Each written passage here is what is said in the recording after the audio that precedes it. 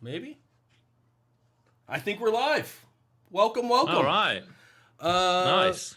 Howdy, folks. No intro music today. Happy Wednesday, and welcome to Wartime Optimism number 37, which is still nuts to me. I have the great pleasure to have Eugene Riecansky with me today. Eugene, thank you for being here, and welcome.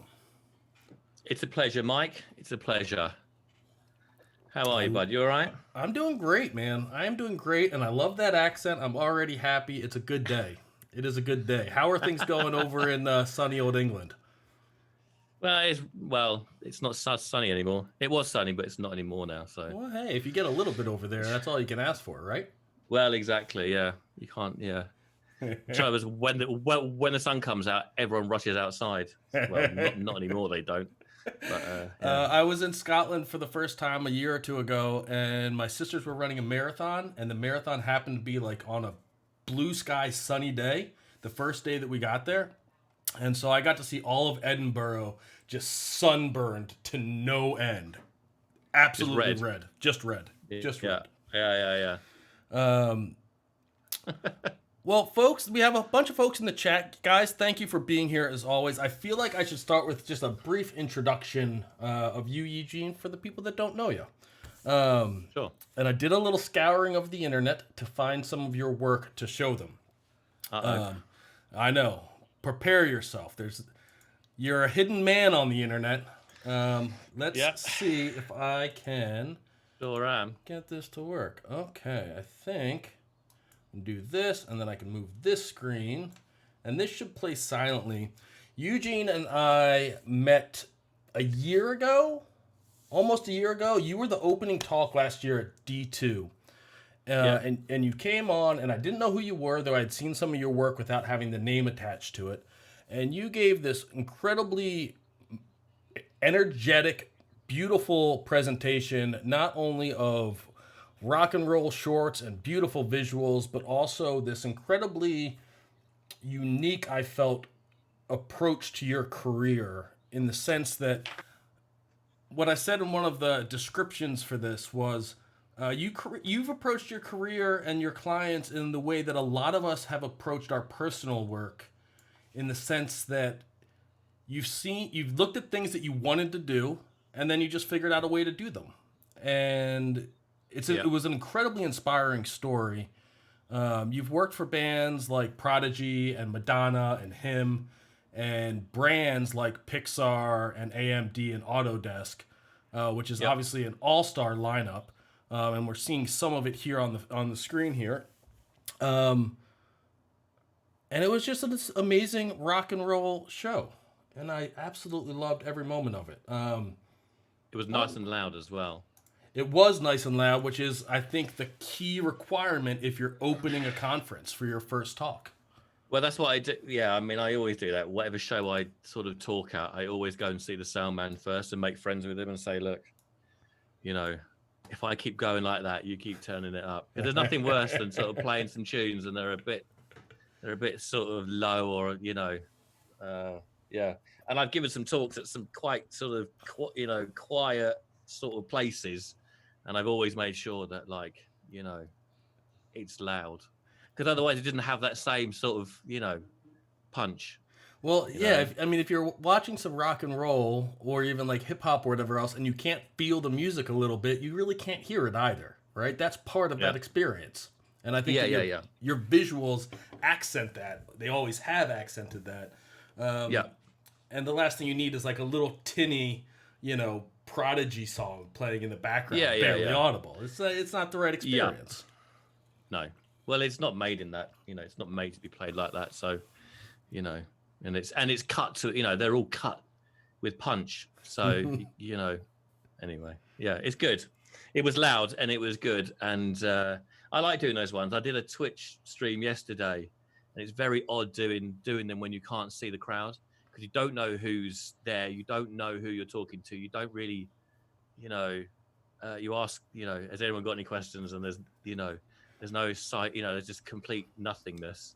And you don't know if they're tuned in and typing. I mean, welcome to my world, Eugene. Since this quarantine's happened, that's been my world. Can you hear me? Is it still working? Is anybody there? Yeah. So Um, yeah, so I think I have a lot of things that I'm hoping that we can talk about today. And I think that, but I'd like to start kind of with this idea. I mean, you've told this story in multiple occasions, but I think it's a good lesson and it's a good place for us to start when an artist think about their career and who they want to work with and the type of work they want to do. yeah, Would you mind recounting for my audience here how yeah, you got to work with Prodigy? yeah. Kind of at the height of their fame, too, right? It was after Fat of the Land, so it was kind of, yeah. It was probably about a year or so after that had come out. Mm-hmm. Um, I mean, I'd always before I worked with them, I'd always worked with bands. I'd always worked in that kind of music industry. So I'd worked with record companies, or I'd, my first real kind of job was working in Cambridge, which has got like a science park to it.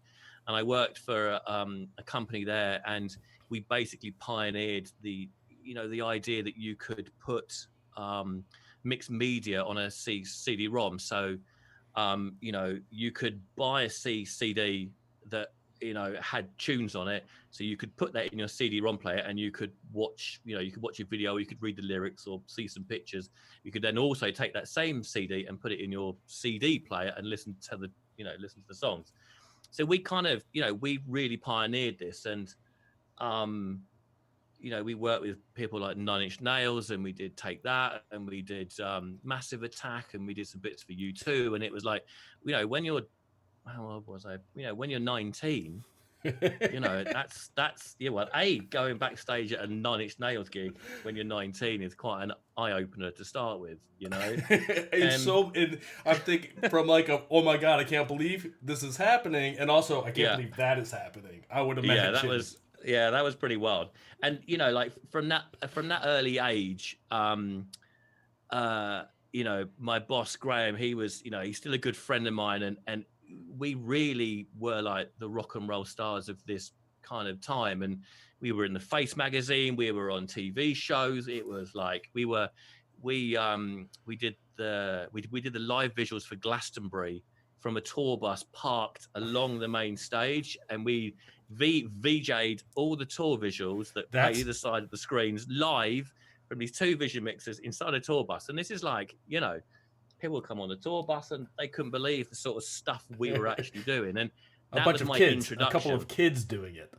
A couple of kids, and just, yeah, we were just punching it basically. And that really was my introduction to this theory that you got to be different, and it's not enough to be the same. And if you want to get out there, you got to be different. And so to get to the Prodigy thing, that I always wanted to get into doing moving picture for bands. So kind of, I wanted to get into doing music videos or tour visuals or whatever. And because I'd come from a sort of interactive background, I started doing websites for bands basically.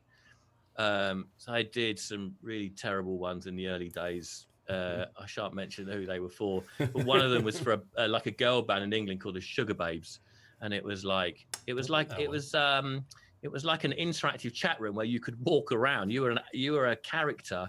You could walk around. It's this sort of basically their house, and it was over a meg. And in those days there wasn't broadband, so you had to go on a dial-up, and like it took like, I don't know, 5 minutes for the website to load up. So I put a game of Space Invaders at the beginning, so you could do something whilst you were waiting for the website. And that was really my thing. And so the Prodigy was something that, like, I'd started to develop this kind of art style of kind of David Carson-esque, glitchy, tomato, really English. Certainly at that time, a lot of designers in England were doing this ray gun-esque kind of design. You would photocopy something, then refax it to yourself and scan it and scratch it and whatever. So the Prodigy for me were like a perfect fit. They were like, they were the band that I really wanted to work with. So I just set about making it my goal effectively. So I I had this idea that I wanted to make for them, because I knew they didn't have a website. and all I had to figure out was like, who do I know who knows them? And after a while, I basically, I lucked out. I went to a wedding, and on the same table as me was the guy who designed the clothes for Keith Flint. And I said to him, I bought him a few drinks, and I said to him that, I've got this idea, and could you put me in contact with someone? And he said, yeah, sure. And then a couple of days later, I'd got the email address of one of their PAs or something. I forget who it was now. And so I made contact and said, look, I've got this idea. Can I send it to you? And she was like, yeah, sure, brilliant. And I knew that you only get one sort of stab at this kind of thing. So, I kind of was in this sort of mindset of, well, okay, look, do I present my idea? Do I print it out and go down the copy shop and staple it together and put a crappy acetate cover on it? Or do I build a 7-foot missile and deliver it to their house? So I built a 7-foot missile. I had a mate who was he worked on an RAF base. He smuggled me out a few bits. Sort of up the road, not far away from where I am, there was an old military scrapyard. So I basically built this 7-foot missile, and you unscrewed the warhead, and inside it was a DVD. And you took it out and you put it in your PC or I don't know, whatever, your Mac or whatever. And there was this incredible kind of presentation, and kind of got the gig from that. Basically, I haven't got the missile anymore. I was chatting to Maxim the other day about it, and he threw it away because now I'm starting to talk about it more. I really wanted to see if you could get the missile back. I haven't. Yeah, I really wanted it back. I haven't got any pictures. I haven't got. The only piece I have of it is a bit up here, which has got the skull on it. It's a bit of. I think it was a test bit because we stenciled it all up basically. So that was a test that we did on it. But yeah. So, and so that's how I effectively started, and it blew up from there effectively. So to anybody listening in the chat, just send missiles to the clients you want to work for, and that's all that we can teach you. That's the story. This was in the height of, like quite a bit of tension going on in the world. And I remember like having to drive it in a car. It was so big, I had to put it into two sections and put it in the car. And someone said to me, you better let the police know, because the last thing you want to do is like be stopped. And like, you've got a dismembered missile, and it looked real, like it was properly done. That was. What do you got in the back there? Oh, it's just a CD in the form of a missile for Prodigy. Don't worry about it. Probably just shoot. They'd probably just tase you before they'd even ask you any questions, Honestly, it's just some pipe tubing that I got from home base or like a hardware store. Honestly, this is for business.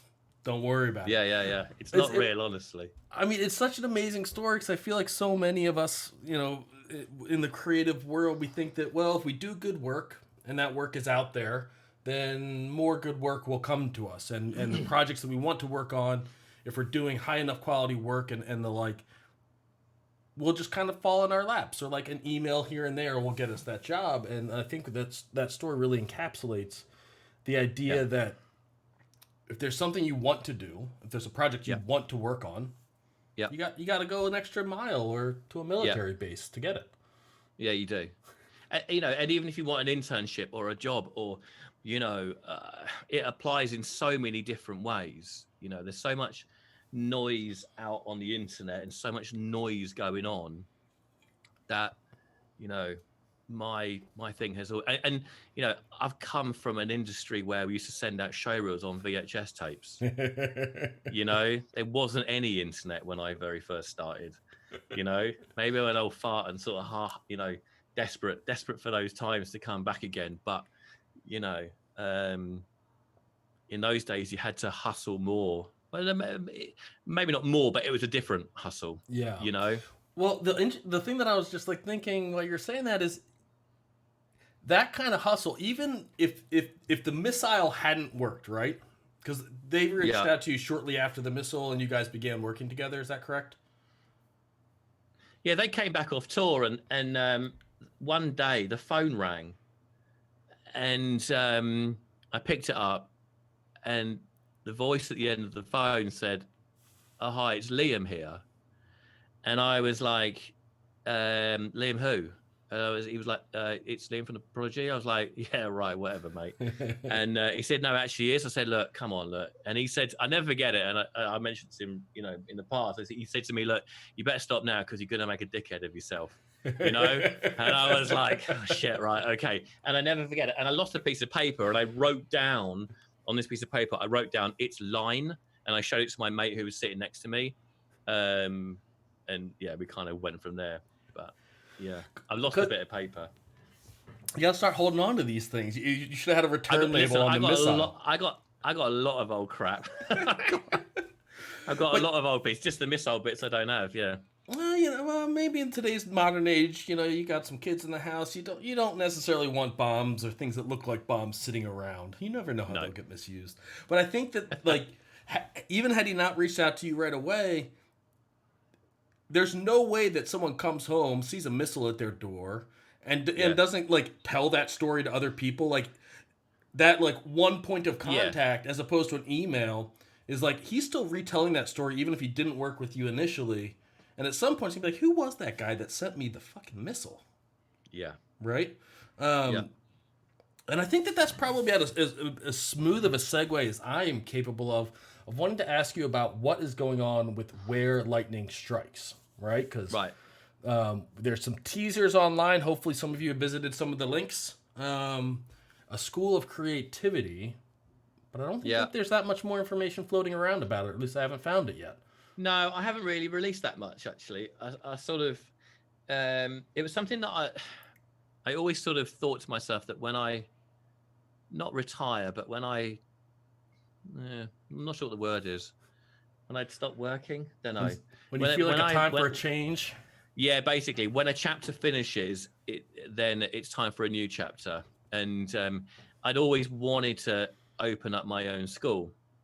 So kind of teach my story and then kind of use that as inspiration, but also gather all the amazing and incredible people that I've met and that I've worked with, and such an incredible resource of knowledge and inspiration.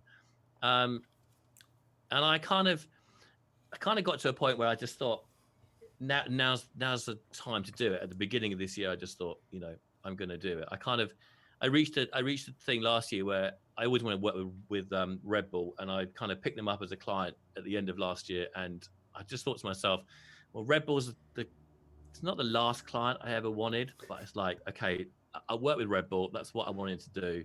And okay, I've sort of done that bit now. The dream list, was finally crossed off effectively, which is an amazing thing to reach, any time before your deathbed, let alone when you're young enough to still do something.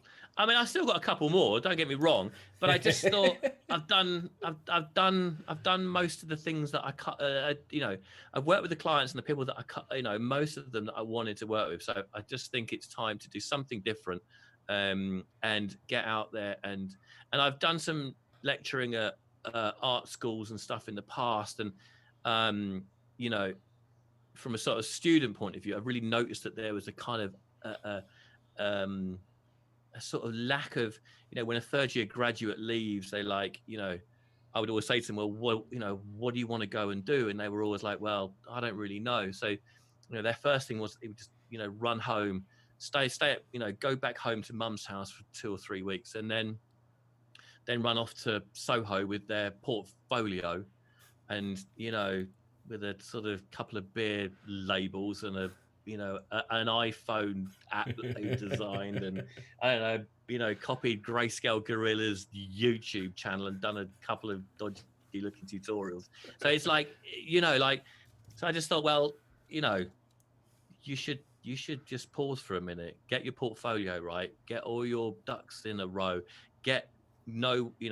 learn more stuff that you want to do, and then go out and get your internship.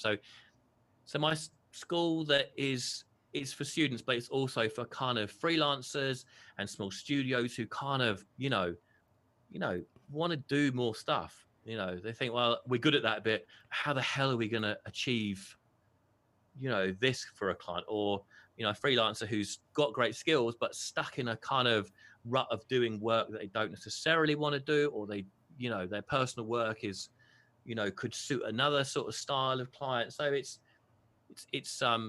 yeah. So there's, you know, there'll be a foundation course, which sort of teaches you a whole bunch of stuff, and it's not tutorials as in like, you know, click this. It's not a cinema 4D thing, it's not a Houdini thing. It's like, it's a bigger picture, ambitions, goals, you know. Which I know a lot of the people in the chat are arc viz artists. A lot of them have architecture backgrounds. It's something that you and Yeah, I have spoken about, and I think I've spoken about it with pretty much everyone that I went to school with, which is, you know, you get taught how to design things or make beautiful images or put together a portfolio and design a portfolio or motion graphics. You don't really get taught anything about how to run a business or kind of like the bigger picture, which is if you want to do a certain type of work, how? Like, yeah, I don't even know what I would do if I wanted to get into like what you're doing, tour or have been doing historically, like tour visuals and music videos. I'd make a video and put it on YouTube. Like, I yeah, don't even know how I would think through that problem, right? Because my career yeah, has very much followed a very kind of like natural growth. The company that I started yeah. working for, you know, just kind of small shifts, but never was there like that kind of defining. This is what I want to do. Mm, How the hell do I do it? And I'm not sure that I know how I would. no, but I think you have to start somewhere. I think you have to sort of, you know, I suppose, I can only sort of say about my kind of experience and the things that have worked for me. And I think some of the things that I've done and some the way that I approach it, even, even if I was pitching to a client today, I'd still have the same, ethos as what I had 20 years ago, just because I got all the names and the scalps. It's like I still pitch in the same way, because I love that pitching part of it, doing it. I like starting a project. I'm not really finishing the damn things. It's just like, you know, This whole personal work analogy is just really coming into focus, right? How many like yeah, getting started is the most fun part. But like, yeah, it how do is. you approach a pitch if you, like, especially if you're pitching someone that hasn't like directly asked for your services for some Yeah. a company that you want to go and work for, or a brand or an artist or whatever it might be? Like, kind of what's the mindset that you go into or the preparation Well, that it you would do? depends. I suppose it depends what it is. I mean, I've pitched stuff off my own back to Miley Cyrus and Rihanna and stuff in the past, and normally, like with those kind of things, you know, I'll do something where like I'll know that they're going on tour, so and I know from experience that 4 or 5 months before they go on tour, probably even a bit before, that's when they're starting to kind of commission, live visuals or whatever.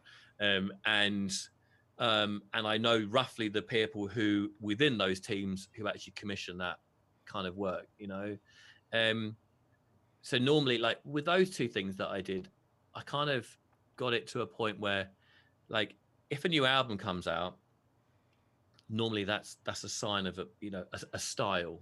If Rihanna brings a new album out, normally normally it has a certain vibe or style to it. So um in fact, with the Miley Cyrus thing, what I did was I basically made up, I spent 2 weeks making up 14 different ideas. So I found her 10 or 14 most popular tunes, and I thought, what visual can I make for each of those tunes, right?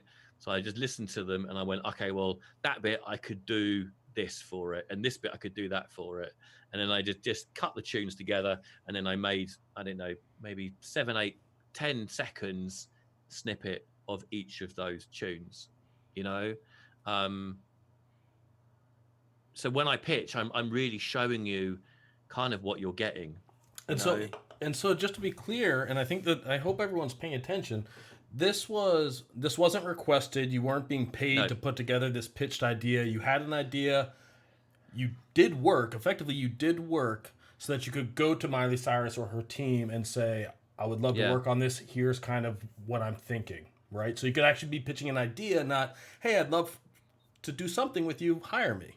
You're going there Yeah. and you're saying, "This is what I would like to do." Yeah. And I put my slant on it. Like Miley Cyrus isn't necessarily, the sort of the normal sort of client that I'd probably kind of go after. But I just thought I'd done a few things previous to that, and I just thought, well, I bet I could, and this is the time when she was sort of going off the rails a bit. So I thought, well, actually, we could probably do something quite wild here, This might be the right fit. This might be the time for the right fit. Yeah, this is the right time. This is never going to happen ever again. I mean, now I wouldn't even bother, but and I like a challenge. I don't just go like, oh, let's go after rock and roll bands. Like, I like taking my style and applying it in different ways because a lot of the times clients will a lot of times clients come to me and just say, look, just make anything you want, which is the most terrible thing you can ever say to me, because I'll go in a death spin for 3 weeks and figure nothing out and come out with nothing. What have you done? I don't know, but I have like 8,000 different directions that I want to try, but none of them have been progressed on. Yeah, exactly. I'll have 8,000 ideas, but I won't actually even make anything because I don't know what you want. Asking me to make anything I want is like a nightmare. In fact, I had someone the other day said, "Oh, you couldn't do this job for me," and I was like, "Yeah, sure." He said, just do anything you want." I was like, "Jamie, please, just don't say that to me. Just tell me roughly. At least tell me what renderer or what software you want me to use." Aspect ratio, black and white color, some constraint. Do you want this thing to be pink? Come on, man. Yeah. Give me something. Something. Yeah. So, yeah. And I think like that idea of I want work, and so I'm gonna do work to get that work.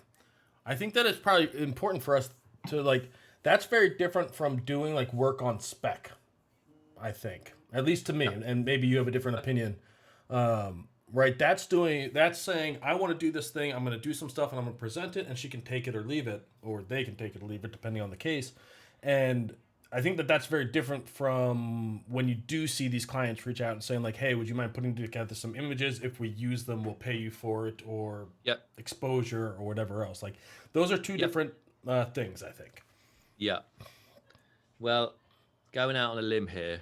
I mean, when I started, and probably even now, like I would do it for spec, like I know this is a sort of, it's a sticking, there are definitely two camps to these things.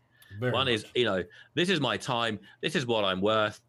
I did 8 hours. Therefore it's this, and if you don't pay me in, on time, I'm going to take you to court, or a little bit more like me, where it's I'll give you way more than you ever paid for or ever even asked for. I'll because I love to pitch and I love to do stuff which is I love the thrill of a new thing. Someone said to me, look, do it for spec. I'd do it for spec. Like my Red Bull stuff was for spec.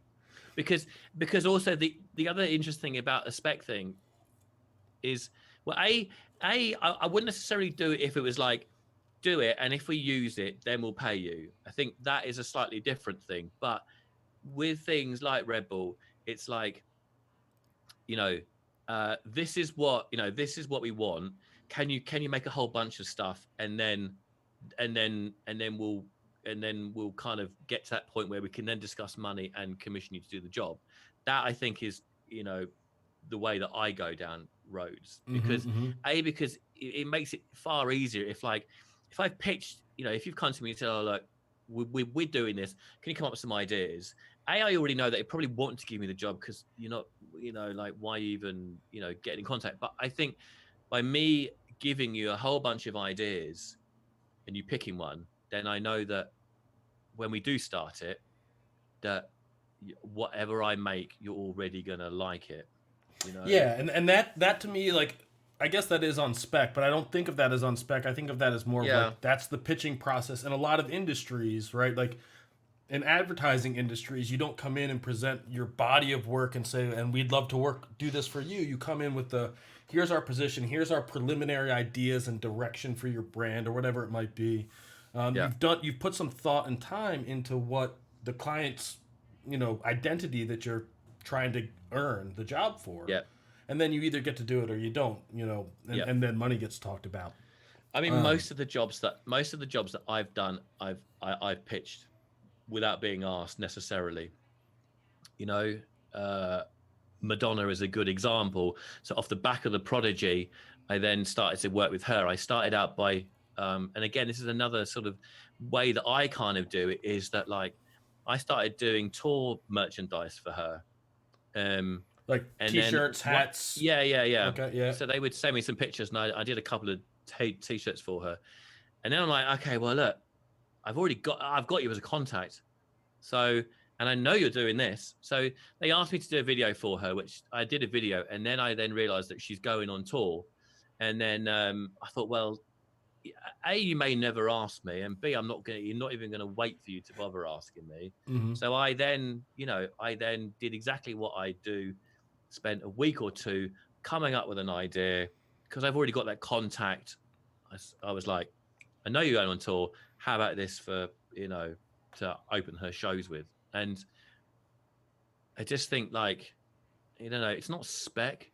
I mean, the interesting thing was after the D2 conference, I had loads of people come up to me and chat about stuff. And one guy came up to me afterwards and he said to me, oh, I really love what you do, blah, blah. And I was like, but he said, the problem is that, I've got a full-time job and I kind of, it's fine. I'm doing art viz, but I really want to do something, more punchy. And I was like, okay, well, cool. I was like, well, have you, have you got a wife? And he was like, no. I said, have you got a girlfriend? I was like, no. I was like, well, where do you live? I live with my parents. And I was like, dude, there's nothing stopping you coming home from work and smashing another 6-7 hours out in the evening. Mm-hmm. That's making your own stuff. That's how you differentiate yourself from everybody else. Not to that Ash Thorpe extent, thing where that's just ruthlessly working. I mean, and he's got a wife and a kid, doesn't he? He's got a wife and a kid, and he's still just the volume. Him, Sava doesn't have a wife and a kid. Right. Fiance, I believe. Congratulations, Sava, if you're listening. I'm not sure if you're married or not yet. But he's another guy that just like the volume of personal work that he puts out on top of his day job. It's just like, how? Yeah, I don't know how people do that. I don't know. Like, I'm not really built in that kind of way. I think there's a romantic notion to like, because I think Ash Thorpe was like, because he starts work at 10:30, he works until 6, spends 4 hours having dinner, spending time with his family, then comes back at like 10:30 and does another 5, 6, 7 hours. And I'm like, jeez, that is ruthless. Like, I'm better when I get up at 3 a.m. If I go to bed at 10 and I get up at 3, I'm far better. I get more stuff done from 3 a.m. to 8 a.m. than I would do staying up from, Until later 3. on. Yeah. Because by 10 o'clock, by 9:10, I'm sort of done with it, Well, the actually at the D2 before I met you, Sava spoke, and he and I were out afterwards, and we went to like this kind of club, and we just kind of sat outside drinking beers, and I was picking his brain, and I think that he really kind of subscribes to a quote, like, and I don't know if he actually likes this quote or not, but as far as mentality goes, which is that the average person overestimates what they can do in a day and underestimates what they can do in a year. Right. And you see that in Ash Thorpe's routine as well, right? Like that every day I'm going to push that ball a little bit further forward. And as long as I keep pushing it a little bit every single day, at the end of 3 months, I'm going to have either progress or, new skills or something to show. Yeah. I mean, I follow Ash Thorpe on Instagram, and it's like, you wake up the next day and he's got another 12 renders of a car. of a like, different dude, look, car yeah. that you haven't seen I'm yet. just like, like here's another collaboration with this artist, and here's another self-initiated film. I'm like, where do you like? And here's a It's bunch of incredible. photography. And how he got his job at Prologue was incredible. The hours that he had to drive from San Diego to LA, or he got the train, and it was like he left at 6:30 in the morning or something, got home at midnight every day. He worked it at Prologue for a year to learn his trade, and I was like, man, you're like, from a work ethic, that's I can't compete in that way. I mean, not and not that I want to either, because I think that's for me, that's if it works for you, my hat is off. I can do that for like bursts. Like, you can give me a week and I don't need to sleep and I'll just work all of the time, and that's fine. But just like the continued regimented, disciplined practice, like to that level, that's just, my hat's off to him. I mean, the other thing which is interesting is that I don't make my own art. I don't make anything for me, which is something that I'm trying to change at the minute. I can't think of the last time I've ever made anything, which is, I've just sat down and gone, I'm going to make something in an hour which is me, Never. Maybe a couple of times, but not really. I was listening to Patrick the other day saying he did the dailies thing, and I've been toying with the dailies thing. I thought, maybe I'll sit down at 10 every evening for 1 hour and try and make something. I just think, man, that's I don't know. I think if I did that, I would probably fall in a trap of making rubbish. I don't know, but like I kind of, just making anything because I've got to make it. That's my criticism of the people that do dailies and do them well. This isn't to them, but the idea of I'm going to make something every day means that I need to make something that I'm willing to show every day. And so if that's supposed to be practice, you're practicing with a lot of stress, of like social stress. And I'm a big believer that Patrick's in there. He says he made rubbish. Some of us may disagree, my friend. Yeah. But yeah, like I feel like you need to remove that pressure of like, I'm not trying to make something that's polished for other people to see. I'm trying to make something because I'm either trying to learn something or express something, and maybe it'll work and maybe it won't. But I feel like you really need that. When I know that I have to post something, I get very conservative in what I'm willing to try. The thing that I did start doing, which I found suited me better, is I would practice making things with only one light. Okay, so for me, it's like, I kind of did this thing where, I brought in a few 3D models. Look, I guess there are two ways of looking at it. One is you can bring in some 3D models, you can UV them, you can go to Substance Painter, you can text them, to your heart's content within an inch of their life, bring them in, slave over it. But what I started to get into was this thing where it's like, I'm going to use the same shader. I'm not even going to bother text or anything, because you're probably not even going to, appreciate it or even look at it. I didn't even bother putting any shaders on anything. Everything had the same shader and only had one light, and I did it, and I was mucking about and just doing stuff in like 10 minutes, rather than like spending 2 days on something. How fast can I make something cool with as little effort as I possibly can, Well, I could take it into Substance and I could really texture it, but it may look more real, but would it look, I don't know. Well, your kind of aesthetic has that like analog, I don't want to use glitch, even though some of you like your laziness, work does. That's the word you're looking for. But it comes together as an effective aesthetic, right? That I think, at least for me, I very much identify with. Like, a lot of the work that you've done has been for, punk rock or rock bands. And I feel like it's a very kind of punk rock, do-it-yourself. We were talking about that earlier. I named this punk rock creativity. Yeah. Because I think that there's this idea of, I'm going to do it myself. If I can't do it right, I'm just going to make it noisy until it looks good. Yeah. That seems to be kind of spread across your entire body of work. Yes. as like an aesthetic. And did that come from initially just being like, I don't know what I'm doing, and I'm just going to do something until I make it? Like, did that develop as Well, a I think it result came. of the need? Well, I think it came from the, that a being around, a sort of starting my career at that David Carson ray gun, um, tomato kind of time, which Mm-hmm. um, and I was in that world, and working near those kind of people, so at that time everybody was running to the art shop buying Letraset and doing that, and then getting a rubber and scrubbing it and then putting in a photocopy and faxing it, and you know and I think that's where my sort of style kind of came from. And I've always loved the kind of computer, the kind of thing. I love a 3D thing because it breaks reality, and you can do anything you want with it. If you're on a film set, you've always got to worry about budget. How many lights can we have? We can't have that prop because that's too expensive. Can we have a Dalmatian dog? No, because the I don't know, whatever. Can we have an owl? No, you can't have an owl. So it's like having that freedom with 3D software to make whatever you want. But like, I stay away from reality. Yes. I don't make photoreal stuff. It's not my department.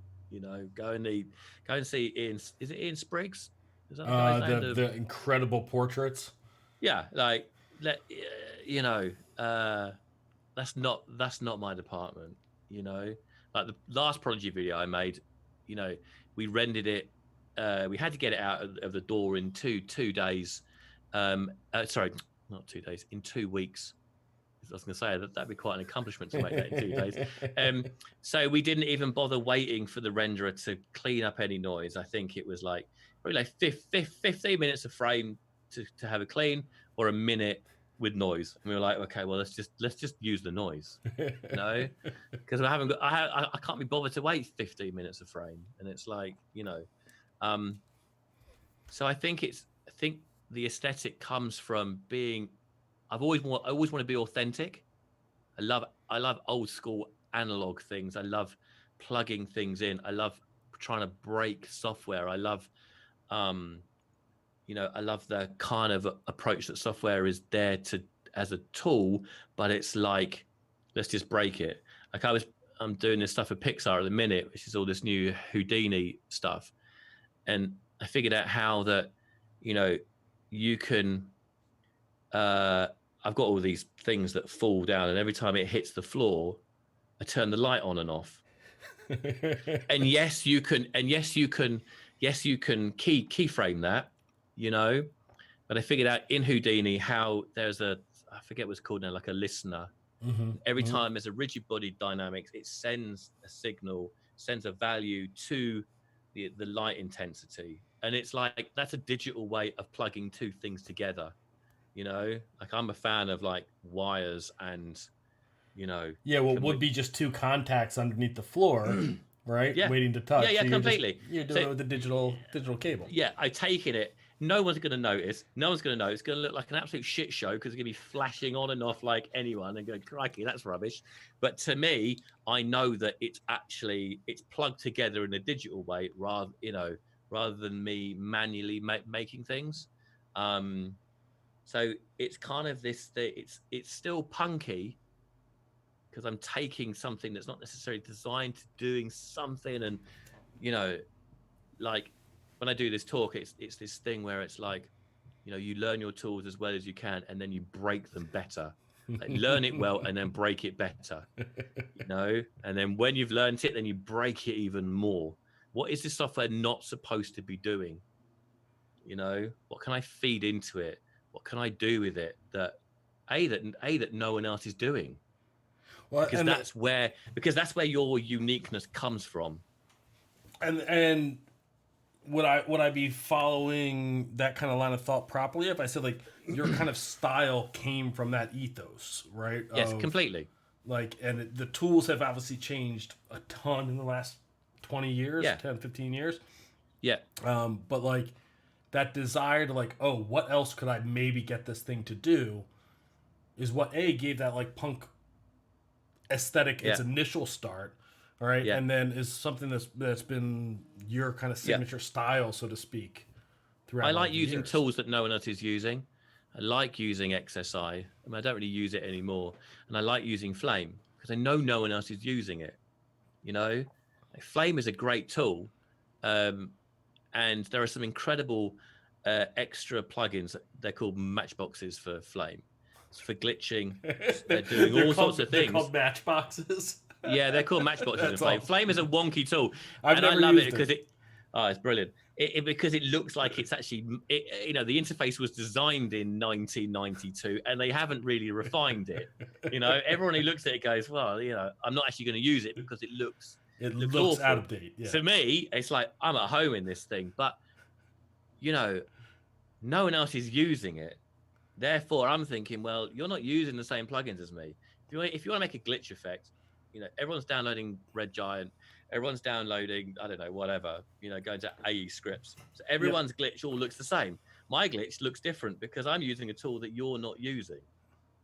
And like there's also talking about like post-production effects, like yes, like the tools have like a very specific aesthetic to them, but the the tools that you start with, I think, have a huge effect as well, right? Like Cinema 4D wants to make things in a certain way as opposed to Maya or 3ds Max or Blender. They all have their kind of natural proclivities such that if you put a wall up of art, you could probably sort quite a bit of it into its constituent softwares.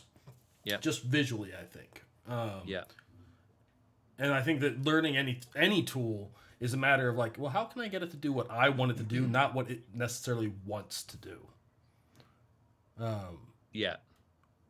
I mean, I love software, or I love software almost too much, where it actually hinders me, because I'll start a project and I will run through all the different bits of software and all the renderers that I've got, and I've got them all, and I will probably spend, a week going around the houses trying to figure out how I want to make it, because certain things work better in certain ways, and certain things do, certain renderers work better than other things. But because I effectively freelancing for Pixar at the minute, and I've always had a love for RenderMan ever since I was younger. It's now what I've done is I've said to myself, I only work in Maya and Houdini and RenderMan, no matter what the project or no matter what I'm doing. Because I almost sort of am jealous of people who go, I only use 3ds Max and F-Storm. That's it. I never look at anything else. Who are you talking about? Come on, Mike. Yeah, but F-Storm, and I think Patrick got me onto it. When I saw it, I was, it's a beautiful renderer. Yeah. It's like, it's great, it seems to just make your pictures look incredible right off the bat. You don't need to worry too much about it, but it's yeah. Don't know. So you're starting a school of creativity, and we're talking about style, and kind of like you kind of had a style from the I might beginning. change the name from School of Creativity. I was thinking about this the other day. There's a great suggestion in the chat that was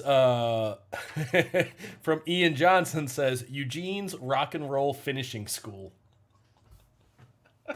Yeah. But the problem with that is that there's going to be lots of other people involved, and Ian knows who's going to be involved. Ian's a mate of mine. He knows who else is going to be involved and who's going to teach you stuff, because it's not just going to be like me. It's going to be everyone else that I know and everyone else that I'm connected to, and they're all going to be telling you their things. So it's like a rock and roll masterclass. Just a visual rock and roll masterclass. Visual rock and roll masterclass, to help you reach your ambitions. That's the strap line. Well,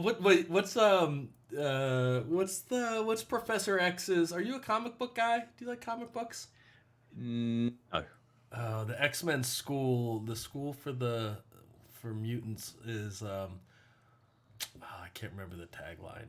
It's something there's something about them being mutants, but like the school of the gifted something, and I can't. Oh, okay. Yeah. I can't. I'll find it and I'll message it to you. But I kind of came up with the school. I think a mate of mine came up with the idea of calling it School of Creativity, but I feel like it's a wider thing at the minute. So, School of Ambition. I don't know. I might have. I don't know, but it's definitely cool where lightning strikes because in a sort of corporate what's the word? I'm going to teach you to become where lightning strikes. It's going to strike. Yeah, you can become this bolt of lightning. So wherever you go, whatever you pitch on, whatever job you do, you will. Yeah, I don't know, whatever. Turning artists into lightning rods since 2020. Yeah, I don't know. I'm addicted to lightning bolts. I mean, I can't fault you for that. I know that you think that like being different so important to differentiate yourself from the sea of creative work out there. Do you think that's why I got this weird cut, which actually my son redid for me the other day. He hasn't cut hair before. Well, he did great. You still have that British rocker look to me. It's like a Roman, kind of helmet thing. So just do you think that what you're feeling? You have a style. At least I would argue you have a style. Do you think please don't ask me this question. Oh, I know what you're going to ask me. Don't ask me the question. Do you have an answer for it? No, I don't know. I mean, everyone knows what the question was. I think. Well, I think it's interesting because, Mike was going to ask me, is it better to have a style or not? I already know where he's going. I officially didn't ask it. He asked me not to ask it. I didn't ask it. Yeah. Well, this is something I've always struggled with, struggle with it because I think it's better to have an ethos rather than a style, like I done work for Autodesk in the past and it's like, or, clients that you wouldn't necessarily think I would fit in with, but I bring that ethos to it. So if you're whatever you are, or whatever the client is, I'll still deliver you something which is edgy. Yeah. I'll try and stay within your guidelines, although I do quite like breaking brand guidelines. I never really read them. They send to me, go, yeah, you've got to be this color, and you've got this distance between the logo and this, and I literally don't ever read them. I just okay. I try and make sure I don't break your logo too much, but apart from that, there was an interesting story of a friend of mine who he had a very strong style. He used to cut up. He used to go to car boot sales, like I don't know what you call them in America. Garage sales. And he would buy old magazines and old books. He would cut them out and he'd scan them and he'd montage them together and he'd draw over the top. And he had a very strong style. And I said to him, "Oh, look, I've got this client. Do you want to pitch on a job together?" And he said to me, "No." He said, I don't pitch anymore.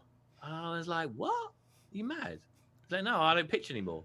I was like, "Oh, okay, fine." So I put the phone down. And I was like, "Well, you're a bit, whatever. How are you going to survive by not pitching anymore?" And then it took me a while. Then I realized the reason he doesn't pitch anymore is because he had this strong style. He didn't do anything else. He did this one style, and he was just like, "Do you want it or not?" Yeah. And I kind of thought, well, that's I'm kind of a bit envious of that approach. I only do one thing. I'm not trying to reinvent the wheel. Everything I do is going to be the same vibe, in the same kind of way, just with your bits in it. I think I would get bored if I was ever quite in that position. For me personally, I think I have too much like ADD. Like once I can do a thing, it kind of becomes boring to me. Well, I haven't. This was maybe 10 years ago, and I haven't looked him up or seen him since. So maybe after this, I'm gonna look him up and see if he's actually if he's still still there with his scissors and his tape. Yeah, I think that's a really interesting answer to that question though, and I think it's probably my favorite one I've ever heard, which is not necessarily pro or con on style, but more like you should have an ethos. Yeah. You should have a way that you approach and like a goal, even if it's kind of a nebulous. I want to make something edgy, or I want to make something different, or make something, whatever it might be for whatever genre you're working in. Yeah. Having an approach, having an opinion of like, this is the direction I want it to go. What that's going to look like, that could be probably a lot of things, but I have an opinion and a voice that I'm trying to express in one way or another. Yeah. And I think it's trying to keep that on track. Like I did some stuff for Autodesk for Maya, quite a few years ago, and they asked me to do all the release stuff for the motion graphics toolkit. And I guess when you say motion graphics, that obvious thing is it's all got to be cinema 4D style, pastels and coppers and all that sort of thing. And I really struggled. I was like, A, there's way too much color in this for me, and B, I don't really do motion graphics. And it was only after I did it was only after I went wrong and made the obvious what everybody else is saying, that made what everyone else is doing. I looked at it and went, oh my god, I've made what everyone else is making. This is a disaster. I then had to reanalyze it and go back and go, well, what would I do to this? It was still motion graphicsy, but it wasn't the style, it was the ethos behind it. Yeah. I that to me is a really cool distinction that I'm not sure that I've ever kind of thought of before. Though I do think you see it a lot in film, right? Like you look at like particular directors, particularly writer directors, and their movies vary very, very much. Some of them do the same thing over and over and over again. Some of them just like certain, like if we were talking 2 days ago about Guy Ritchie, right, and there are definitely like some stylistic things in his movies that he repeats, which he likes or that he uses well, but the stories continue to change and evolve, right? But his approach to telling them, or his kind of, I feel like his intent of what I'm trying to communicate, like that's almost staying the same in a reassuring way. Yeah. Right. Yeah. No. Completely. I think it's like I have these post-it notes on my monitors that like I try and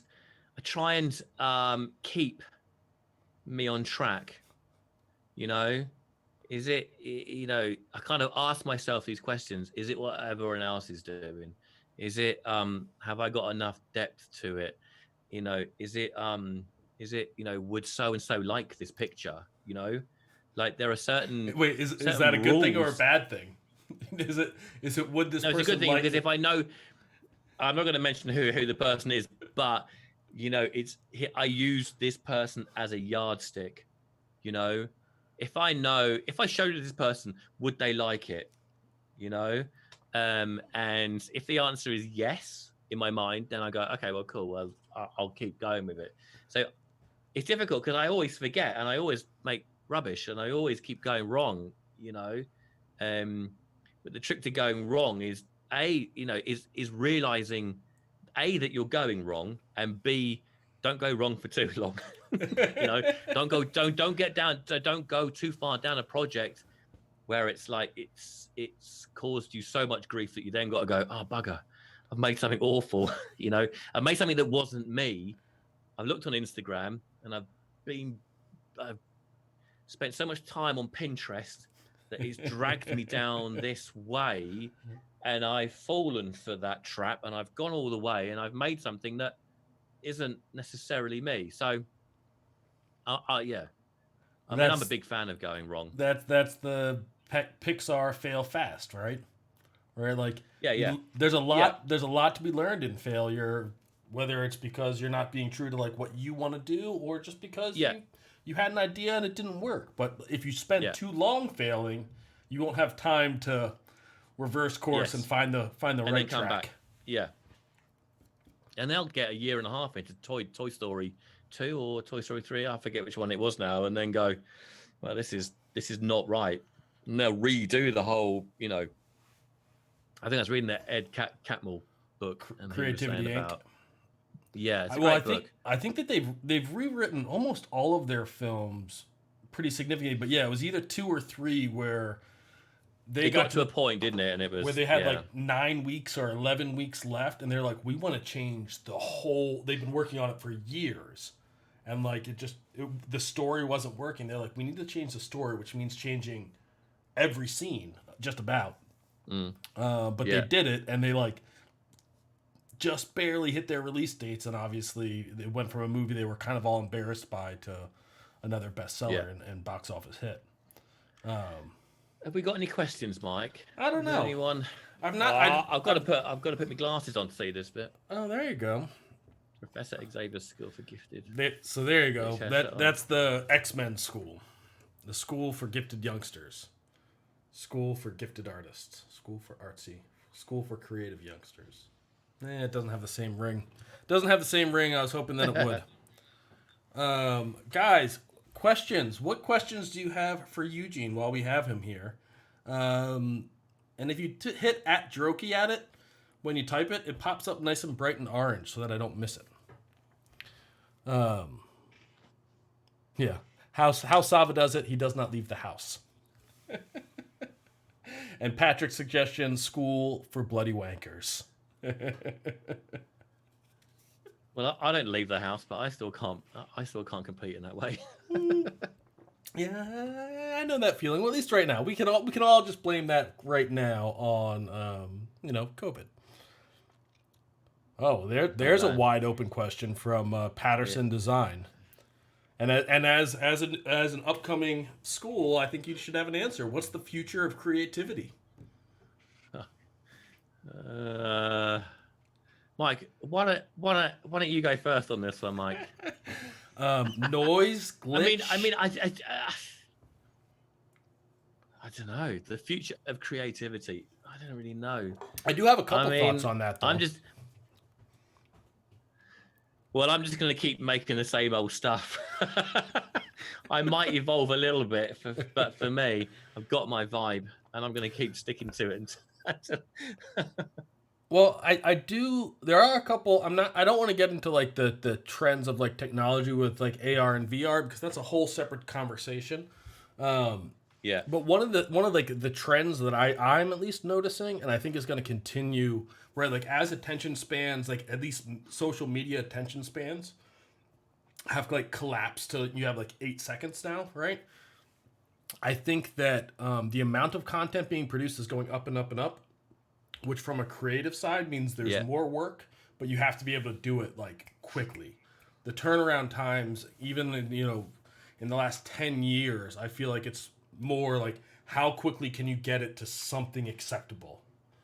I think speed is going to continue to be a really important, whether that's speed through how you use your tools or speed through your creative process. I think that for me has actually been one of my things is that I've always learned how to make stuff fast. Like I've always learned how to sort of be in this kind of thing where, especially especially working with bands or record companies, is they want it really quick because they've always mucked it up. The marketing department has always left it too late. So speed and learning your craft is, learning how to make cool shit fast is actually one of the things that, for instance, I cut in Premiere. So if I'm putting anything together, pretty much I use Premiere rather than After Effects. I'll make pieces in After Effects or whatever, or I cut it in Flame or whatever, but I'll cut things rather than sequence it in After Effects, if that makes sense, because you can get far more of a beat and far more of a vibe, and you don't end up with 1,000 things in After Effects. You don't, and when you press play, it plays back in real time. You don't have to pre-cache all the frames. It's like, so I prefer to edit edit all my pieces together rather than assemble in After Effects, if that makes sense. Well, In fact, actually, I do have an answer for Patterson design. The future of creativity is not online. The future of creativity is coming back to the real world, kids. And how's that going to happen? Let's get all their VHS players back out again. I think so. Like with your thoughts on Premiere, I'm kind of like reading that or hearing that as you think of your work. You try to look at the whole picture before you get sucked into like 1 3-second clip or whatever else it might be. So you see the whole picture and then fix things as they need to be fixed. Is that right, or is that not? Well, correct? I'll always cut to a tune as well, even if what I'm delivering doesn't have a tune with it. I'll always cut to a tune because I need that beat. I need that rhythm. You know, if you cut something, say a social media post, and you want it to be a bit flashy or kind of whatever, you know, if you cut it without a tune, it looks disjointed, it looks odd, never has that same kind of thing. Whereas if you put a tune to it and then you cut to the tune, and even if you don't deliver it with a tune, it still to me, it all still looks more accomplished. Well, there'll still be a visual rhythm. Yeah, like I'm stuck without a tune. Yeah. You know, it's almost like I almost need a tune before I start on something. And this is actually, you know, a good friend of mine who who I get to write all the sound stuff, and we collaborate a lot on, you know, over the years of a lot of the stuff that we've made together. Is that, you know, I'm like, well, look, I need the sound before I can edit, and he's like, well, I need the edit to make the sound. So I'm like, well, look, you know, well, you just have to, you know, who goes first? Chicken or the egg. You need this kind of collaborative new tool where it's like, yeah, it's you know, so let's pick a beat. Let's pick at least a bass drum, and then I'll start giving you some visuals. Well, we'll find a tune that we both like, and we'll use that as a tempo and a rhythm. You know, at least I can get going on this bit, and then he can then use that bit. And so what we end up with is, you know, a unique soundtrack, but we've used someone else's tune as a bass pacemaker. Yeah. Olika is reminiscing on the old music MTV logo, and he's wondering if you ever did any record covers, and if maybe any of your stuff was hanging on his wall. I never really got so much into record covers. No, I never did. I never really did record covers. I mean, I have done some. Did one for Brian. Yeah, don't forget it. I won't mention it. I have done a couple, but not really sort of big ones. My thing was mainly moving picture. You know, that was my main thing, was kind of moving image. I don't really like print because it's quite committed. You know, by definition, like that. once the I ink's don't dried. like that commitness. You know, is it in CMYK? Is it not enough dots per inch? This bit's out of the bleed. This bit's on the fold. It's like far too many constrictions. So yeah, I did an album sleeve last year for Maxim from the Prodigy, and we both spent because he released some solo stuff beginning of this year, last year, and it took us so long to make the sleeve. It took us more time to make the sleeve than it did to make two videos, because we were both like, we hate the process of making a sleeve. So it was just like, is the font too small and this and that, and you can't put that there, and we sent it to Japan, and Japan were like, oh yeah, well, you can't put your type there because that's on the, oh man, it was like, we both agreed that we would never work on a sleeve together. You know, I know he's going to release some new stuff. I was like, that, you know, I'll make some pieces, but I'm not laying it out for you because it's monotonous. It's awful. There's a band. It was a really small band called 7 Days of Samsara. That was like old, like there are so many cores now. I didn't keep up with like what they all became. But it was like back like the old like metalcore, lots of screaming, basement. Think basement, sweaty and loud, right? And and I loved it. And they put out this 5-track album. I wish I still had. I wonder if it's in a box somewhere. They put out this like 5-track like demo, poorly recorded. It's amazing. I still listen to it because I have the MP3s. But the album, they like took all of these like metal pieces and soldered and welded them together. I mean, like it was a metal CD case, right? You could hit somebody with it, and it was riveted on the side, and it was gorgeous. And they made like, I don't know, a couple hundred of them painstakingly. Yeah. And then they broke up, and I feel like it was assembling the records that might have done it. I actually made a metal binder for the Prodigy for one idea. I actually went to a welder. I think it was a portfolio type thing, and it was made out of metal. It was, trouble is, it just rusted and it just looked like shit after. It was just awful after a while. The Prodigy poster in the back, yeah. Was that? Did you make that, or is that just up there for? No, I didn't make it, but it is actually signed. I don't know if you can see it, but it is. Yeah, it's signed. No, there's too much noise. Someone should have let it render longer. Yeah, too much. Ira has a question for you that I think is a good one. The fact that you rely more on your ethos when thinking about a new project means you rely more on an intuitive process, or you have a specific workflow to kind of approach things? Well, I wish I had a workflow. But I was thinking today I really need a better workflow. You know, like chaos isn't really a workflow. Technically, no. It's kind of the opposite. Like I'm doing this stuff at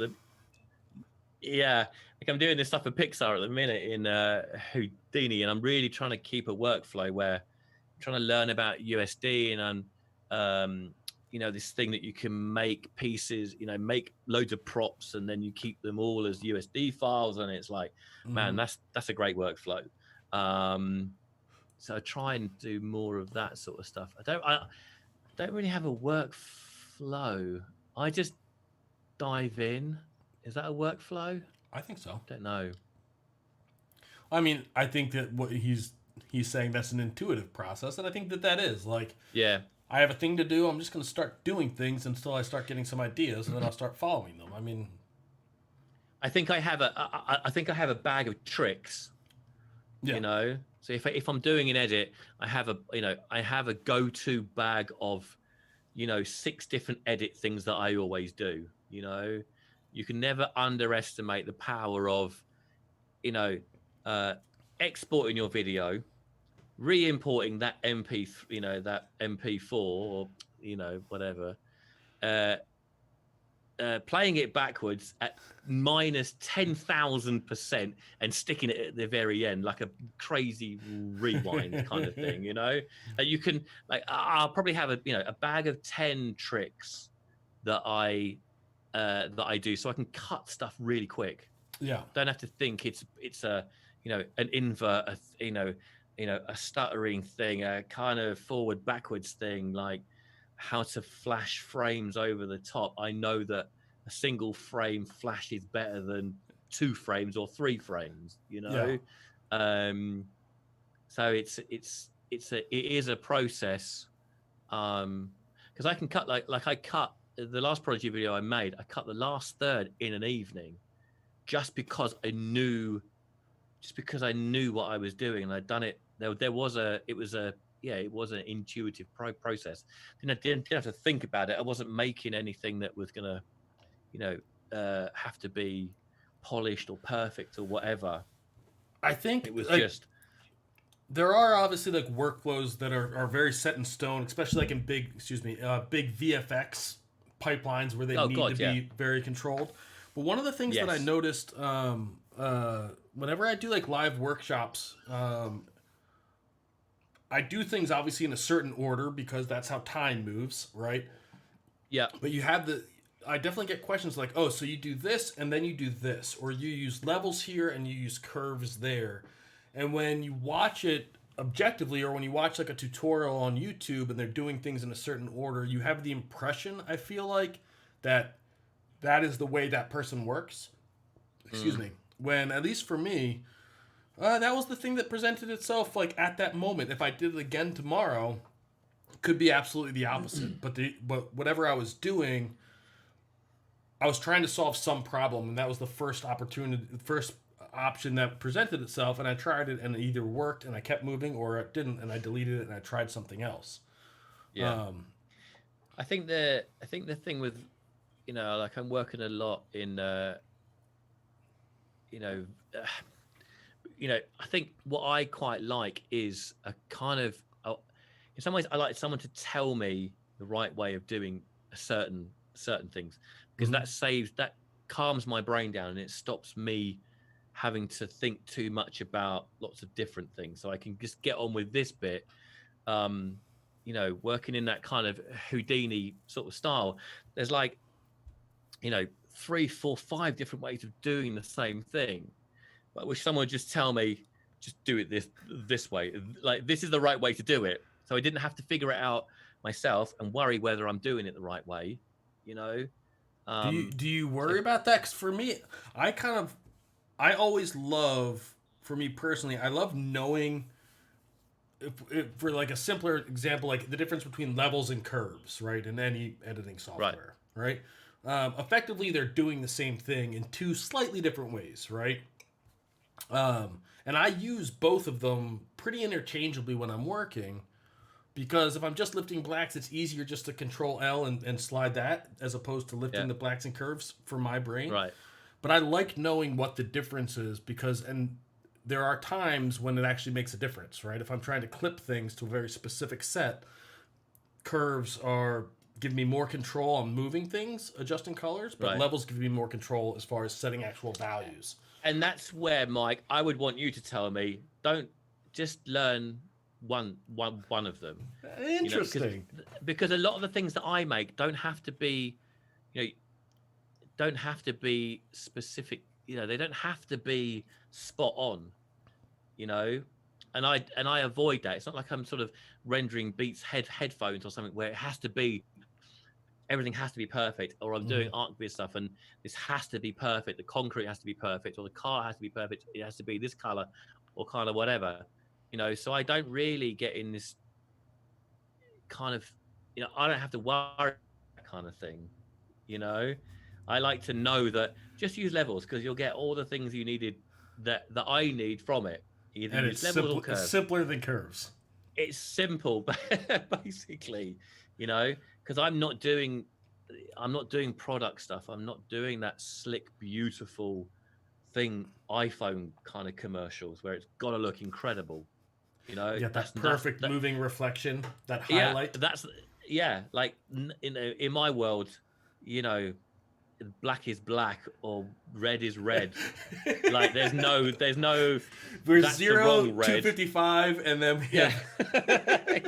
I'm at these spectrums rather than is it red? Yeah, it's red. Fine. Yeah, I don't have to know the Pantone color or the whatever, the digitally scanned red.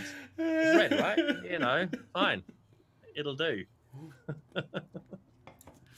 I mean, I don't work in that world, and I envy you. I think I probably made a choice. I think I've probably gone down this route. Whether I'm scared of that, I don't know. Well, you found work that matched with like completely. Yes. Right, which goes back to the beginning of this conversation, which is find the work that will let you do the things you want to do. Yes. Right, even if that means having to hunt and that for you it. enjoy. That's the. That's the thing, isn't it? I've been over the course of my career, I've been just removing levels of feedback from my client, right? Like where it started with like 4, sometimes 5 in an old job I had, to now they get 1, right? And basically what I'm implicitly, I think, saying, the more that I think about it, is that I like my sketch version the best, and I want to give you as few opportunities to fuck with that as possible. So give me an example of that then. So, in the typical like ArcViz world, like the common tropes is you make a living room, and for me, like I show it to them once, and then whatever they say, I give it to them again, and then it's over. But typically, it's like, let's make the camera wider and let's pull it back. Okay. Let's make the sky bluer. Let's make the inside let's make the outside darker and bluer, and the inside brighter, right? And so we just move into this like ugly HDR world. And every time you give them your client a chance to make comments, you kind of end up like doing things that get you further and further away from what you wanted to. At least Yeah. early in my career, that was the trend. Yeah. And I what mean, do you think that's because it's made on a computer? It's kind of easy. It's easy for him to change the lens on a camera, or it's easy for him to pull the camera back. All he's got to do is move it back and press the button again. Do you think that? Do you think that I think that that's part of it. clients sort of take the mickey because they know that it wouldn't take him very long to make that change. The famous last words, and I think that that's definitely part of it. But I think the other part of it is this idea that because you make like in ArcViz, right? It's all about like photorealistic, like bright, pretty, happy, and like perfect, right? Very little bit of noise, everything's clean, and as a result of that, you get to this very kind of clean but oftentimes sterile image, right? Where like there's no real emotion, there's no real like thing to grab onto, and I think people react to that feeling like something's not right, right? Like, and so I think that when the developers are frequently saying like, let's make the camera wider, let's show more of the room because it'll be more exciting if we can see more of the architecture, and if the sky's bluer, it'll be happier and brighter, and then they're thinking all of these things, and in my opinion, they're all really reacting to the fact that like I'm just not being moved by the image that I'm being shown. Yeah. I mean, I think to a point, because I don't live in a reality world, I sort of avoid that to a degree, because my clients can't judge. They can't judge it by anything else. Do they like it or not? Really, right? Yeah, basically. Yeah, because I definitely stay away from reality. Is that car? I do love doing car stuff, but I always try and make car stuff as kind of different as I can. But I think I definitely am allergic to, not being judged, but that like, well, that doesn't look real, does it? Well, it's not supposed to look real. That wasn't the goal. And I've had it in the past. I've had it in the past where I've made videos for bands in the past where it's like, the fans' comments, like I've worked with him for a long time, done four videos and a whole bunch of stuff for them, and I love them dearly. And one video I made for them, it was like, oh well, that doesn't look very good. That doesn't look real. Like, well, it's not supposed to look real. The trees are stylized. It's not. It's a style. It's not reality. What? Out of curiosity, like, so let's assume it's a project that you've at least pitched an idea for, like, this is kind of what I'm going to make before you even get signed up for it, so that the client has some level of expectation of what you're going to do. Is your typical like work process with your client one of like a lot of back and forth where it's like, yeah, you like this? Okay, give me a couple of weeks and then we'll be done? Nope. What I do is I have quite a streamlined process of getting them to a point where I then start to make stuff. So I can think of a number of clients where I've done this with, is that they'll say to me, this is, we want to do this. And I go, okay, well, so what I'll do first is I'll put a Pinterest board together of a bunch of different styles that I think could work for it. And I send that to them and I go, well, which one do you like? Mm-hmm. And I go, oh, I really like this one. Okay. And I'll go, oh, okay, cool. And then I'll narrow that down one more go. So say, for instance, I put a Pinterest board together and it's got like typical motion graphics, what I would class as classic cinema 4D kind of stuff, and then I do, some sort of darker pieces, and then I do some sort of, people do blacks and the golds, and also I'll put a variety of pictures together, and then they'll feed back on that, and I'll go, well, which one do you like? And they go, oh, I like that one. Okay, cool. And then I'll then do one more round of that where I go, so say they pick a black and gold sort of thing. There's enough black and gold pictures on Pinterest to fill your house with. So I'll then find maybe another 5, 6, 7 pictures of different ones. And I get them to a point, do you want more particles in it? Is it an X particle-y kind of thing? Is it do you want crumbling in it? Do you want, I don't know, whatever, So I'll go through that process again. And this is before you've actually shown them any bespoke Yeah, work no, for this project. I haven't done a bean of work by this point. And the good thing is it takes me, 20 minutes, and I've got them to a point. So maybe within a day, I've got my client to a point where I know they want black and gold. I know they want particles. I know they want this sort of look. Oh, well, okay. All I got to do is now input my brain into the black and gold thing, blah, blah, blah. and then I can do it. Because otherwise I'll spend a week because I don't like not knowing what you want. Yeah. Tell me what you want and I'll make it for you. Don't tell me make anything, because I will hurt. It's like a herding sheep. Well, that's the whole thing with funnel expectations, right? Like you want to as much as you want to set realistic expectations for your client, you want to understand what they are so that you can hit those marks. I mean, the part before that is I might actually write you some pieces, but I won't write a full treatment. I'll write 5 different ideas. So actually going back, before that, I've actually written you what the ideas are. So idea 1 could be this. Idea 2 could be this. So I already know what you want. I know which idea you picked. Oh, I love idea number 2. Right, cool. So I know you want that. Now, how does it look? Does it look like this or does it look like that? It looks like that. So I know which idea you want and I know how you want it to look. Well, okay, then I'll make it. Yeah. I don't have to think too much. I don't have to, go through the software tornado of which one shall I make it in? What am I going to render in it? Is it CPU? Is it GPU? Is it like, I'll pick, yeah. You're really just trying to save yourself from yourself, it sounds like. Oh, God, it's a nightmare inside this brain, Mike. And the other thing is, I also then know that whenever I give you a picture back, you're already going to like it. Yeah, because we've been pre-qualified. We've already been through this. Yes. And I haven't wasted 10 I haven't wasted 10 days going around making something that you don't like. Yeah. I don't like that bit.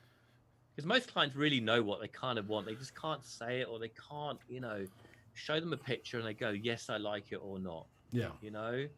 And most clients are kind of easy in that way, Well, and there are other industries that work when you look at big films. Yeah. Right? Like they do thumbnails and mood boards and color sketches of the entire film to try to figure out all of those things before the heavy lifting gets done by the 3D or graphics and visual effects teams. Right? And it's all in the same idea, and there's not really an analogous process, I feel like, that's at least not used in a lot of the more kind of single man or small team shops.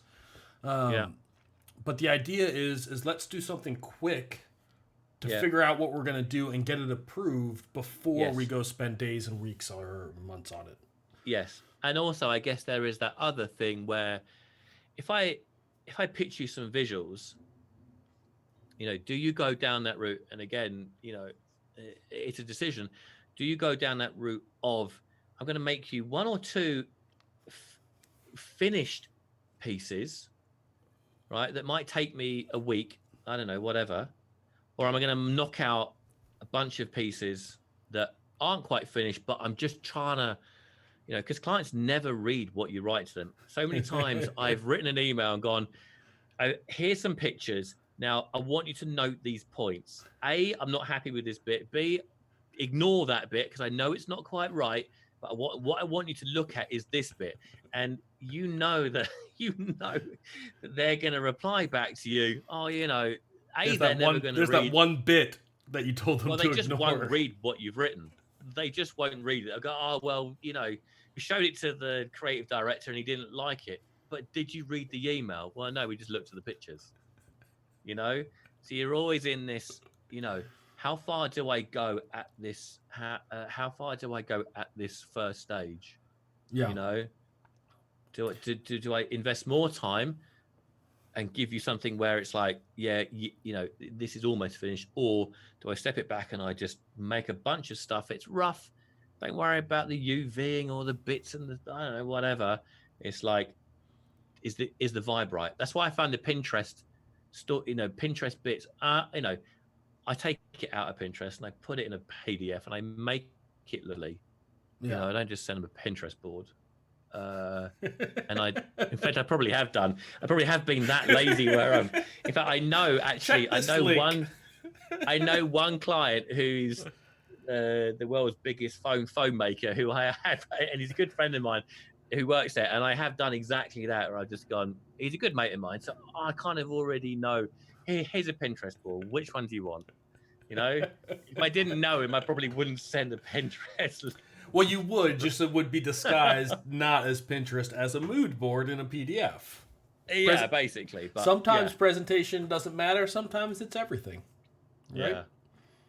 Yeah. Eugene, we've been going on for an hour and a half, and I hear my baby waking up. So, so to the rid of me, Mike, aren't you? The wife is running errands, sadly at the moment, which means that, and we're potty training. Our house smells like pee right now. Mate, good luck with that. Thank you. But we do have a few more minutes because she needs to learn to be happy in her crib. So that's what I'm telling myself. But so anybody in the chat, if you have any more questions, please let's see if anyone's got any questions. Yes. What else do you have for Eugene? While we have him here, we'll be here for another 5 or 10 minutes. What do you guys got for us? Let's do it, because there was something a while ago. I'm like, oh yeah, I have one more question I really want to ask, and then we got sidetracked, and I've completely forgotten it.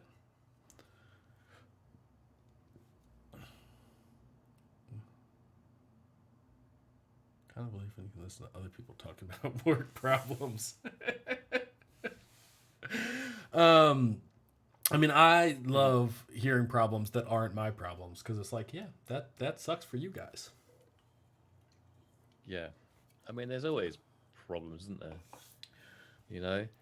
Regarding that haircut, machine or scissors? Machine. It's like a 3D printer. It goes across, down, up, and then, yeah.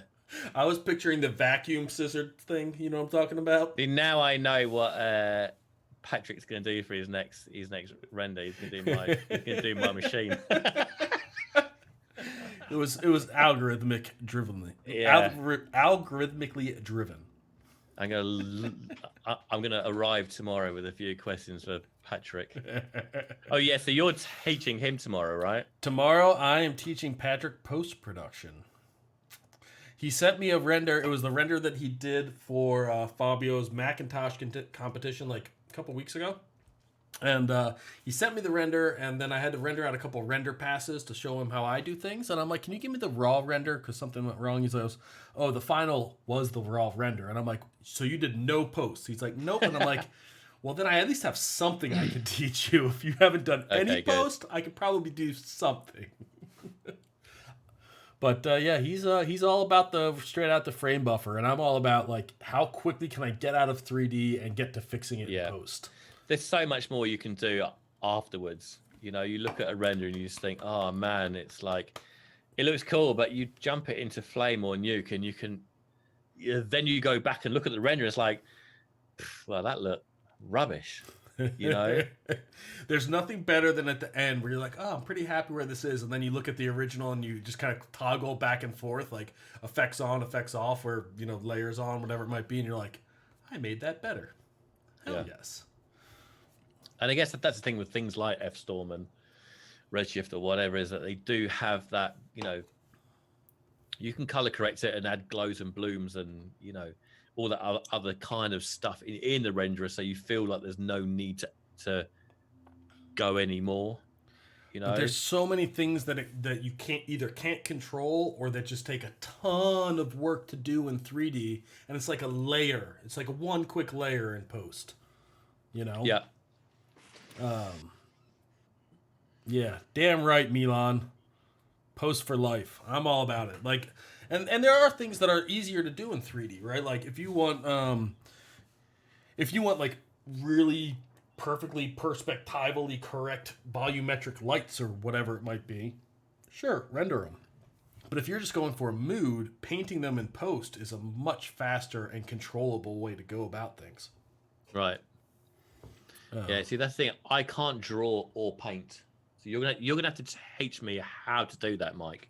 We You could know, this we is we could have a three-way nerd rant, and I'll see. But like, I've only been like I've been wanting to know how to paint digitally for years. I've been talking about it, but it's really only since like January that I'm like, okay, every day I'm gonna practice and I'm gonna try to get better.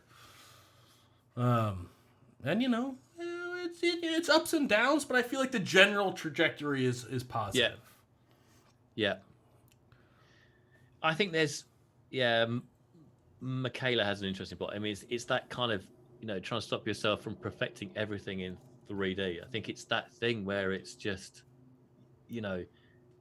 it does always get to a point, where it's like, there's, I can add more glow to it, or I can screen some dirt over the top, or I can do this and I can do that, and I can really change it, and I feel like 3D is always just 60% of it. It's always just that base of, it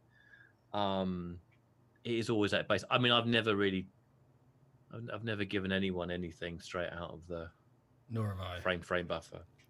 Even if it's 5 minutes of Photoshop to send to a client, like 5 minutes will make it from something I'm not willing to show to something I'm willing to show. You see, the other thing actually, which Michaela mentions, is I tend to get berserk with getting all the textures and UVs and reflections right. The other interesting thing is that whenever I look at a piece of work, so if I'm watching a piece of work, either that someone else has made with me or whatever, I'm always looking in the corners. I'm looking for the mistakes. So I'm always looking for someone hasn't matte, like the matte's not right or the render's not quite right. I'm not looking at what you're showing me at all for the first pass or two. I'm looking for the mistakes, and then once I know, once I look at it and I go, okay, well, actually, there aren't any mistakes. Nothing's wrong with it. Then I'll then watch it in a mindset of, okay, now I'm going to see if it's cool. So the first part, I always look at it like, what's wrong with this thing? Yeah, completely. Like I've worked with, people in the past, and, they're going, oh, well, here's, what do you think of this? And I'm looking in the top left corner or the bottom right. I'm looking in the places that you don't want me to be looking. So are you talking specifically like if I sent you like a clip of like, dude, you should check out this video, or are you talking about like if someone you're working with sends you something? Yeah, so if I'm working with a freelancer or a colleague in the past that I've worked with, and they've gone, what do you think of this piece of work that I've made? My first pass is to always look for the mistakes, and I do it on adverts, I do it on films, I do it all the time.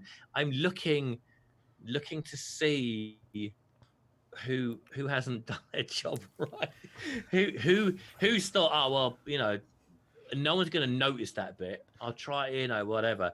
Then once I know I've got past that bit, then I'll look at it again and go, is it cool? Yeah, okay, brilliant. Rather than go, oh, you're just trying to bamboozle me with something that looks flashy and is great, but this bit's not matted right, or this bit's not rendered correctly, or kind of whatever. But that's kind of the beauty of doing things that aren't just out of 3D, right? Because if you're just rendering something out of 3D, right, and you get detail in the shadows, you get detail in the highlights, you get detail everywhere, and if there's if everything's perfect and one UV is off, or one you put a linear TIFF and messed up on the gamma, it's gonna stand out. Right, but if you do just a little bit of post to control all of your colors, to bring things in, to kind of maybe remove some contrast from the shadows or whatever else you're going to do in post, that has a tendency to hide a lot of like 3D details that tend to be upsetting. A lot straight of stuff out of gets the frame lost. buffer. Yeah, completely. Because like that's the age old art of like painters and photographers, right? Like the primordial wisdom, right? Like the initial wisdom is only show things that are helping your story, right? So back to what was it? The jungle? That was the photographic expose of where's that meat packing? Of the tenements in New York. I don't know. I don't remember, but you know, he would go in and he would very carefully set up his cameras to you know, show like the terrible part of the corridors that where people were living in New York. This was like when immigration was at its highest, and New York's like there was no landlord laws, there was nobody protecting the poor folk in New York. And so he went in and he very carefully cropped all of his cropped all of his frames so that it was just showing the horrid conditions. If it was only one corner, he would maybe not show the whole room, but get everybody standing in the same room to communicate a story. All right, and painters historically have always not painted detail when it's not important. But in 3D, you have to in painting, you would need to add effort to add detail there. In 3D, you kind of need to take effort into removing detail or removing visual emphasis from those parts. I mean, I think it's interesting about the camera thing because I think so many people in 3D forget about the camera. I mean, you know, I come from a you know a music video being on set kind of background where you make choices of lenses and you know you make choices of where to place the tripod and what how the camera's set up, you know, and I try and put that into the work that I do as well. Like I'm doing this thing at the minute for 3D World magazine for Pixar, a whole and it's a lot of it is based in the real world. It's a 3D picture, but it's all based on reality. It doesn't look real, don't get me wrong, but it's reality. So the scale is correct. The lenses I'm using, they're all Cook lenses. So I'm not dialing in random numbers into my lens. I know that Cook Prime lenses come in a set of 6 or set of 8, and they're the only lenses that I'm gonna use on this camera in 3D. No one ever sets their camera up perfectly straight. I mean, they kind of are really. If you've got a good cameraman, it should be straight, but just adding a bit of something, adding a bit of humanness to things adds so much more. Nothing's always straight and perfect, and and I think that gets lost in that 3D-ness. Is that real? If you were going to take a picture of this in a real world thing, how would you approach it? It's one of the details that I look at, like in professional art viz, both photography and CG. You do tend to see perfectly straight verticals, right? Which is, if you send out a professional photographer to go and photograph a building, he'll get it as close as he can with a tilt shift camera and a spirit level, and then in post he'll actually use guides and make sure all of the verticals are perfectly straight for a still. But the one thing that's never ever straight in the real world and is always perfectly straight and flat in CG is how a building meets the ground, right? Having a building meet the ground where that is a not perfect edge is how every building meets the ground in the outside world. And in CG, that's one of the things that always gives it away, and my work's as guilty of this as anybody else's is that if you look at where the building meets the ground, whether it's hitting a photo that it's being placed into or it's a real sidewalk in a real one, the 3D ones, it's perfectly straight almost always. And it's like a dead giveaway. I should start changing that more. But at least you know the things that are wrong. Yeah. So put a post-it note on your monitor. Does the building hit the ground in a perfectly straight line? No flat ground planes. Well, ask yourself those questions. Challenge yourself and make sure that you don't forget the things that are wrong. I mean, I'm the worst at it. But yeah. I don't know if I'd say the worst. There's at least one worse than you on this call of 2. Yeah. And see, now I'm inspired to go. And once I'd done the D2 talk last year, I thought I'd seen all this, inspiring kind of 3D ArcViz stuff, and I thought, oh, I wonder if I can do that. I feel like there's a challenge there. I feel like whether I can actually, maybe I'll do that one day. Can I make something perfect? Here's Interesting. This I think will be a funny test if you ever do it. Is try to make something that's like pretty perfectly polished, 6K rendering. Yeah. And then you're gonna look at it and you'll be like, "That's not me. That's not my ethos at all." Because I would love to to make something that's not me. And then what would you do to make what would the Eugene Riecansky ArcViz image look like? Oh God! I bet it'd be cool, and I bet it'd be black and white. Yeah, it would. Yeah. Well, let's see. Yeah. I mean, my favorite architectural photography is black and white. So. Yeah.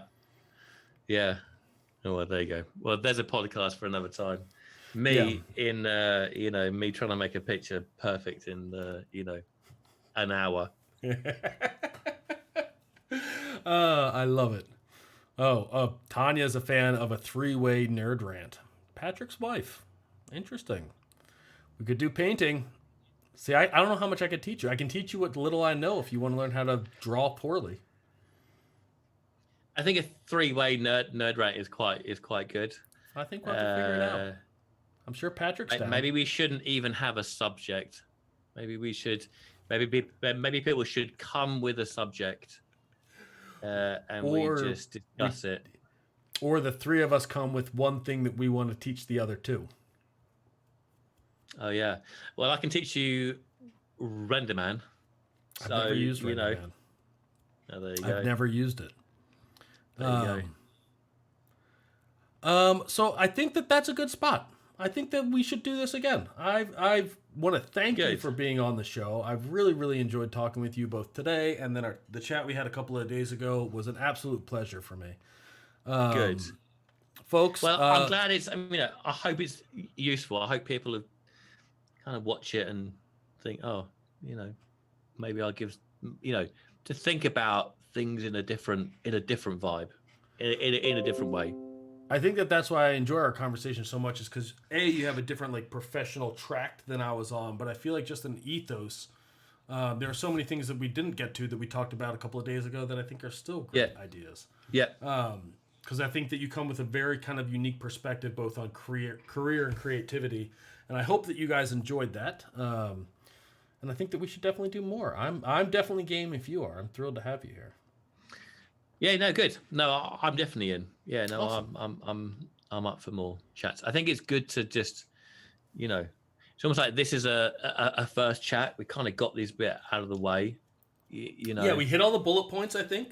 Yeah. Now we can deep dive into some other bits and sort of, just nonsense, the fun nonsense, where the real fun nonsense happens. Yeah. I'll do a pitch in, I'll do a pitch in 1 hour or something, Well, Eugene pitches an ArcViz project in 1 hour. Yeah. Yeah, that'd be lovely. Yeah. I'm going to go and do some stuff now. Yeah. We're going to take your new building. We're going to dirty it up. We're going to use a bit of grunge and some glitches so that no one's going to see the mistakes. It's going to be fantastic. Yeah. Basically, all you do is you just hide any mistake with grunge. It's hiding mistakes simple. With you.